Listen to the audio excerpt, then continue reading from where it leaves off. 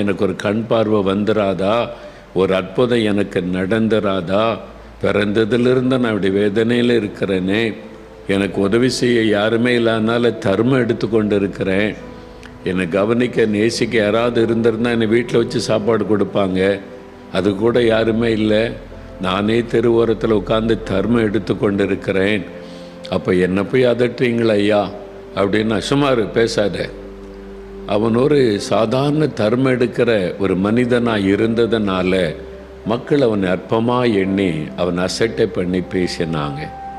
ஆனால் அவன் சோர்ந்து போகலை. இவங்க யார் என்ன சொன்னால் என்ன, இயேசுக்கிட்ட நான் போயிடக்கூடாதுன்னு இவங்க தடுக்க பார்க்குறாங்க.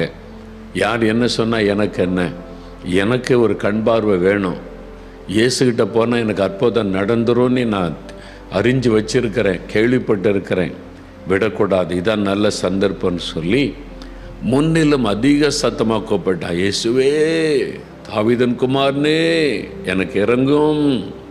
பெரிய சத்தமாக கூப்பிட்டான். ஏன்னா அவனுக்கு கண் தெரியாதுல்ல, எவ்வளோ தூரத்தில் இயேசு இருக்கிறான்னு தெரியாது. ரொம்ப சத்தமாக கூப்பிட்டான், இயேசுவே தாவீதின் குமாரனே எனக்கு இறங்கும் அப்படின்னு ரொம்ப சத்தமாக கூப்பிட்டான்.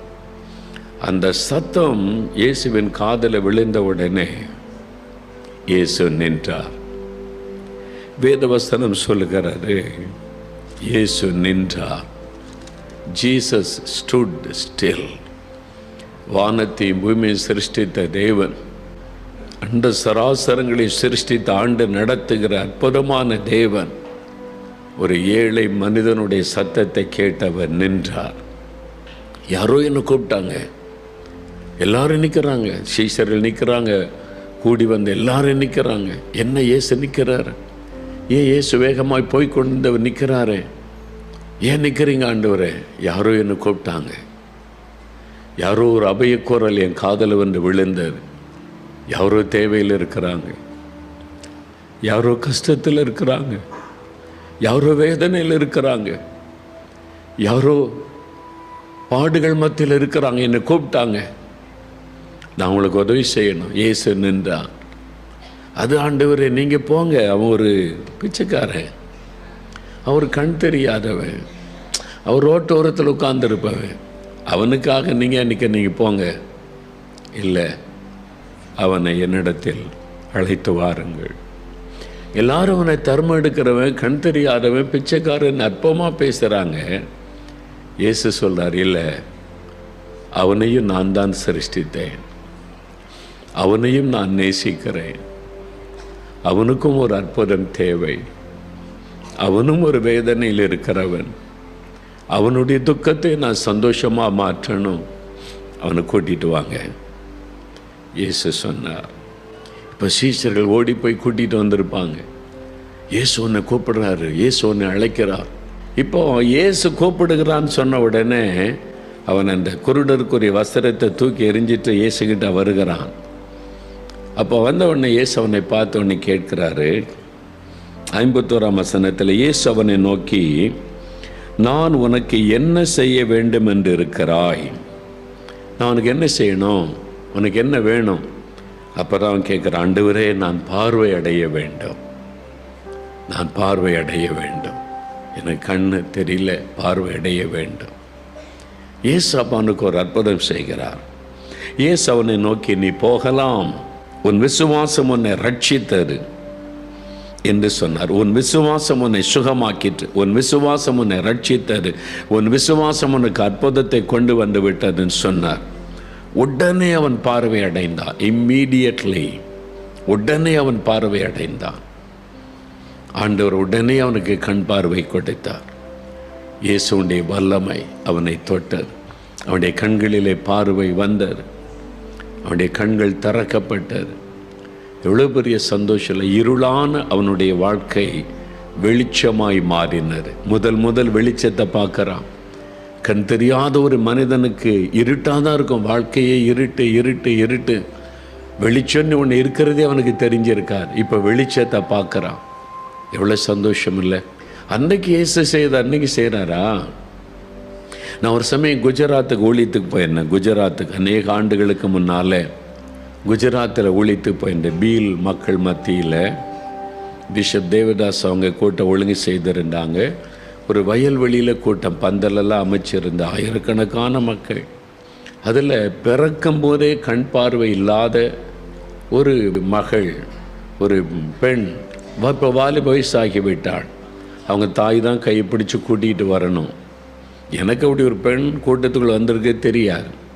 தாய் மகளை கூட்டி கொண்டு வந்து கூட்டத்துக்குள்ள ஆயிரக்கணக்கான மக்கள் மத்தியில் உட்கார்ந்துருக்கிறாங்க. இயேசுவை பற்றி பிரசங்கம் பண்ணதை அந்த மகள் கேட்ட உடனே அவளும் தன்னோட கண்ணில் கை வச்சு, இயேசுவே எனக்கு கண் பார்வை வேணும், இயேசுவே எனக்கு கண் பார்வை வேணும். அவள் கேட்டா. மோகன்லாசஸ் யாருன்னு அவளுக்கு தெரியாது. நான் அங்கேருந்து போயிருக்கேன், தமிழ்நாட்டில் இருந்தேன். அவங்க பீல், அந்த ஆதிவாசி மக்கள் மிஷினரி, அவங்க மொழியில் நான் பிரசங்கம் பண்ணுற மொழி பெயர்க்கிறாங்க. அவளுக்கு தெரிந்தெல்லாம் இயேசு, இயேசு எனக்கு அற்புதம் செய்வார், இயேசுவே எனக்கு கண் பார்வை வேண்டும், கண் பார்வை தாரும். 5 நிமிடம் ஜெபம் முடிந்தது. ஜெபம் முடிச்சுட்டு கையை எடுத்தால் கண் பார்வை வந்து விட்டது. கூட்டத்துக்குள்ள இந்த சத்தமிட்டாள், கை வைத்து சத்தமிட்டாள். ஏன் அந்த பெண் சத்தமிடுகிறான்னு நான் கேட்டேன் தூரத்தில். சொன்னா, எனக்கு கண் பார்வை வந்துட்டு, கண் பார்வை வந்துட்டு. முதல் உலகத்தை பார்க்குற தாயின் முகத்தை முதல் பார்க்கிறாள். எப்படி இருக்கும் யோசித்து பாருங்க. அப்படியே அவருடைய முகம் மலர்ந்து இருக்கிறது. அப்படியே சந்தோஷம் அவருடைய முகத்தில். இப்பவும் அந்த முகம் எனக்கு மறக்கவில்லை. அவ்வளோ சந்தோஷமா அவள் கண்ணை திறந்து பார்க்கிறாள், தாயினுடைய முகத்தை பார்க்கிறாள். இன்றைக்கும் இயேசு அதே விதமான அற்புதம் செய்கிறார். காரணம், இயேசு கிறிஸ்து நேற்றும் இன்றும் என்றும் மாறாதவர். அப்படிதானே பரிதுமை அப்படியே பார்த்துருப்பான், வெளிச்சத்தை பார்க்குறான், எல்லாரையும் பார்க்குறான். இதான் இயேசுவா, இயேசு பற்றி கேள்விப்பட்டேன், இவர் தானா அப்படின்னு சொல்லி எல்லாத்தையும் பார்க்குறான். இவ்வளோ சந்தோஷம் இல்லை, அவனுடைய துக்கம் சந்தோஷமாய் மாறினார். காரணம் அவனுடைய விசுவாசம். இயேசுகிட்ட விசுவாசத்தோடு வந்தால் கட்டாயம் அற்புதம் நடக்கும். உண்மையா நம்மை துக்கப்படுத்துகிற எத்தனையோ காரியம் இருக்குல்ல. இப்போது ஒரு சகோதரர் அவருடைய வாழ்க்கையில் நடந்த ஒரு அற்புதத்தை சொல்ல போகிறார். உங்கள் வாழ்க்கையில் இந்த மாதிரி இன்றைக்கி துக்கத்தை கொடுத்து உங்களை வேதனைப்படுத்தி கொண்டிருக்கிற, உங்களுடைய வாழ்க்கையை இருளாக்கி கொண்டிருக்கிற ஒரு காரியம் இருக்கிறது. என்ன தெரியுமா? பாவ இருள். மாம்ச கண்ணு திறந்திருக்குது, உங்களுடைய ஆவிக்குரிய கண்கள் குருடாக்கப்பட்டு இருக்கிறது. பாவத்தினால, மதுபானத்தினால, போதை வஸ்துகளினால, ஏதோ ஒரு பாவத்தினால. அமையா சந்தோஷமே இல்லை, நிம்மதியே இல்லை, பாவத்தை விட முடியல. இயேசு என்ன அற்புதம் செய்கிறார் பாருங்கள். ஒரு அற்புதத்தை பார்க்க போகிறீங்க. சகோதரர் மாயவர்மா, திருநெல்வேலியிலிருந்து சகோதரர் மாயவர்மா, அவருடைய வாழ்க்கையில் நடந்தது அவரே சொல்கிறார். நீங்கள் பாருங்கள். என் பேர் மாயவர்மா. நான் ஏசப்பாவை அறியாத குடும்பத்தில் பிறந்தவன் தான். என் ஊர் வந்து திருநெல்வேலி வண்ணார்பேட்டை. கல்யாணம் ஆகி ஒரு பையன் இருக்கிறான் எனக்கு. என்னுடைய வேலை வந்து கூலி தொழில் தான் பார்த்துக்கிட்டு இருக்கேன். எனக்கு வயசு வந்து 41 வயசு ஆகுது.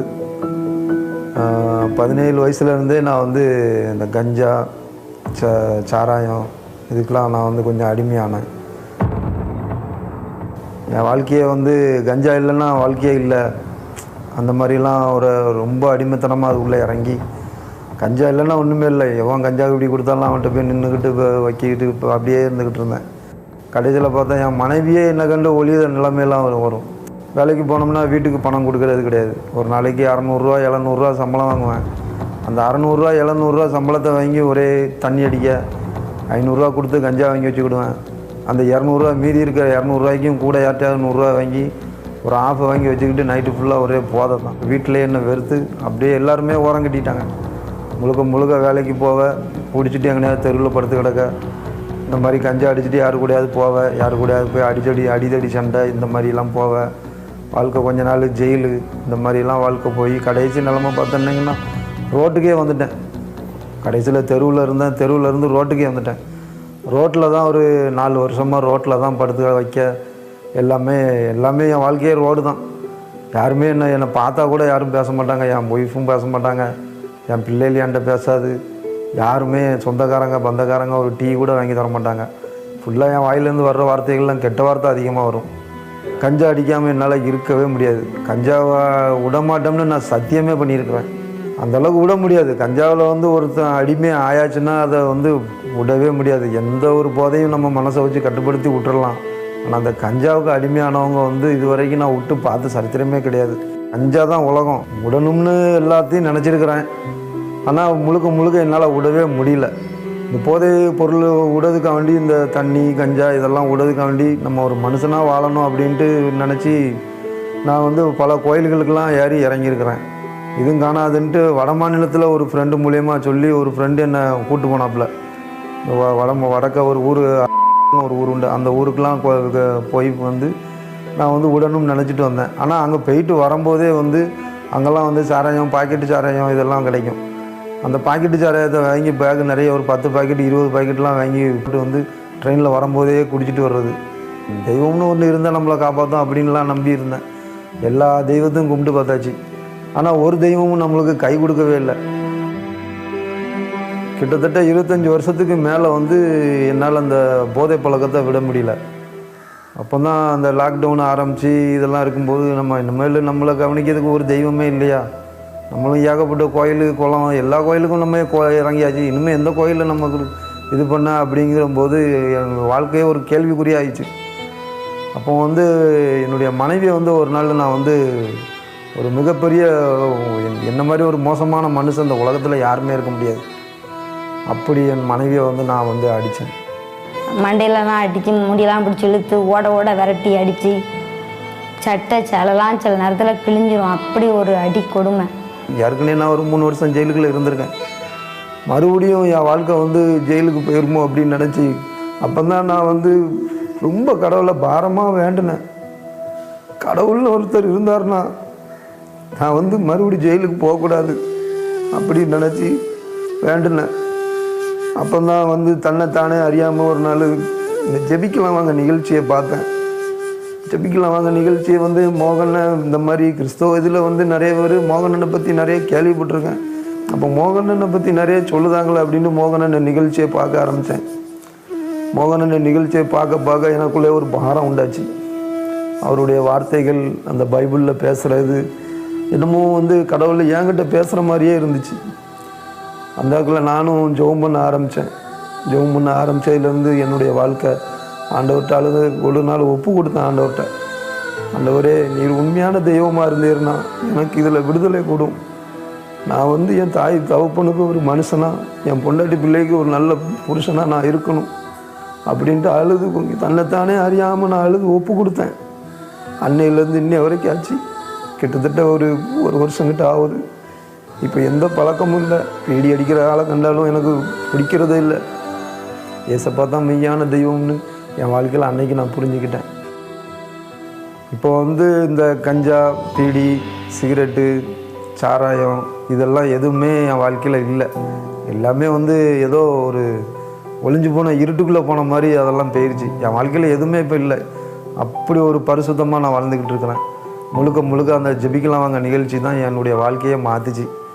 ஜெபிக்கலாம் வாங்க நிகழ்ச்சியை நான் 4 பேர்கிட்ட சொல்லிக்கிட்டு இருக்கிறேன், இந்த நிகழ்ச்சியை பாருங்கள் உங்கள் வாழ்க்கையும் மாறும் அப்படின்ட்டு. இன்றைக்கி நான் வந்து பைக்கில் வெள்ளையும் சொல்லியுமா பைக்கில் போகிறேன். ரோட்டில் பிச்சைக்கார மாதிரி போய்கிட்டு இருப்பேன் கஞ்சா அடிச்சுட்டு. என்னை கண்டாலே லேக்கா போகிறான் பார் அப்படிம்பாங்க. ஆனால் இன்றைக்கி பாஸ்டர் போகிறான் பார் அப்படிங்காங்க. ஜெபிக்கலாம் அவங்க நிகழ்ச்சி பார்க்கும்போதெல்லாம் வந்து ஊழியக்காரங்க ஒரு 4 பேர் வந்து ஜெபம் பண்ணுவாங்க. அந்த ஊழியக்காரங்க எவ்வளோ நேரம் முழங்காலில் நிற்காங்களோ, மோகனனும் அவ்வளோ நேரம் முழங்காலே நிற்பாங்க. அவ்வளோ நேரம் நானும் என்னுடைய வீட்டில் முழங்காலே நின்று ஆண்டவரே ஸ்தோத்திரம் ஸ்தோத்திரம் ஸ்தோத்திரம்னு என் வாயில் சொல்லிக்கிட்டே தான் இருப்பேன். அது முடிஞ்சு காணாமல் அது முடிஞ்ச ஒரு 10 நிமிஷம் நிகழ்ச்சி முடிஞ்ச உடனேயும் ஒரு 10 நிமிஷம் நான் ஜெபம் பண்ணிட்டு தான் சாப்பிட்றதுக்கே உட்காருவேன். அதுக்கப்புறமும் வந்து நைட்டு ஒரு 1 ஹவர் 1 மணிலேருந்து 2 மணி வரைக்கும் நான் ஜெபம் பண்ணுவேன். அந்த டயத்தை நான் எப்போவுமே வச்சுருக்கிறேன். அந்த ஜெபத்தை நான் இது வரைக்கும் நான் தொடர்ந்து பண்ணிக்கிட்டே இருக்கிறேன். என்ன மாதிரி குடிக்காரங்க எத்தனையோ பேர் இருக்காங்க, மனைவியை போட்டு அடிக்கிறவங்க. அவங்களுக்காக வேண்டி நம்ம ஜெபம் பண்ணணும். முழுக்க வந்து நான் இப்போ வந்து அவங்களுக்காக வேண்டி தான் ஜெபம் பண்ணுவேன். எனக்காக வேண்டி நான் எதுவுமே ஜெபம் பண்ணது கிடையாது. ஏன்னா எனக்கு ஏசப்பா என்னுடைய வாழ்க்கையில் நிறைய கொடுத்துட்டாரு. எனக்கு இது போதும். அடுத்தவங்க என்ன மாதிரி இருக்கிறவங்க அடுத்தவங்க ரட்சிக்கப்படணும், அவங்களும் சத்தியத்தை அறியணும், அவங்களும் மாறணும் அப்படின்ட்டு ஜெபம் பண்ணுவேன். நான் வந்து சினிமா பாட்டுக்கு ரொம்ப பைத்தியமாக இருந்தேன். இன்னொன்று என்னென்னா வந்து விசிலில் பாட்டு படிப்பேன். இப்போ இந்த கிறிஸ்தவக்குள்ளே வந்ததுலேருந்து ஏசப்பாவை கும்பிட்டதுலேருந்து என் வாயில் வந்து சினிமா பாட்டே வரமாட்டேங்கு. எப்போ பார்த்தாலும் ஒரே கிறிஸ்தவ பாட்டு தான் என் வாயில் வர்றது. ஃபுல்லாக எப்பவும் கிறிஸ்தவ பாட்டு தான்.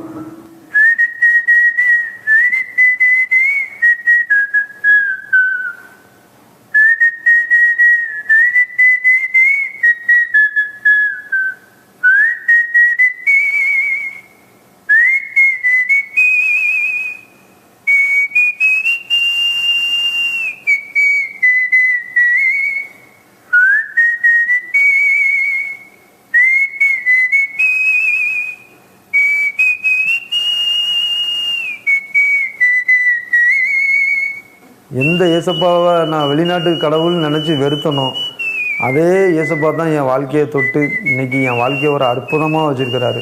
என் வாழ்க்கையில் ஏசப்பா தான் இனிமே. ஏசப்பா இல்லைன்னா எனக்கு ஒன்றுமே கிடையாது. என்னுடைய வாழ்க்கையை மாற்றின ஏசப்பாவுக்கு கோடான கோடி நன்றி. இந்த சகோதரர் பாருங்க, 25 வருஷத்துக்கு மேல் கஞ்சா மதுபானம், அதனால் குடும்பமே நரகமாக்கி விட்டது. மனைவி அடிக்கிறது, வேதனைப்படுத்துறது, பிள்ளைகள் கூட பக்கத்தில் வரமாட்டாங்க. 4 வருஷம் தெருவிலே வாழ்க்கை, எல்லாராலும் புறக்கணிக்கப்பட்ட வாழ்க்கை. ஆனால் இயேசு அந்த சகோதரனை சந்தித்தார். இயேசு நோக்கி கூப்பிட்டார், நீர் உண்மையான கடவுளாக இருந்தால் எனக்கு விடுதலை கொடுங்க. இயேசு விடுதலை கொடுத்து விட்டார். இப்போ அதே ஆண்டவர் கேட்குறார், என் மகனே, நான் உனக்கு என்ன செய்யணும்? உனக்கு என்ன வேணும்? விடுதலை வேணுமா? பாவத்தில் இந்த விடுதலை வேணுமா?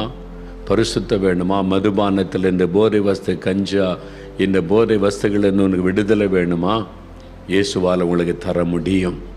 இன்றைக்கு கேளுங்க, இயேசுவே எனக்கு ஒரு விடுதலை தாங்க. இந்த சகோதரனுக்கு விடுதலை கொடுத்தீங்க, எனக்கும் ஒரு விடுதலை வேணும். நீங்கள் கேட்டு பாருங்கள், கட்டாயம் இன்றைக்கி அந்த அற்புதத்தை இயேசு உங்களுக்கு செய்வார்.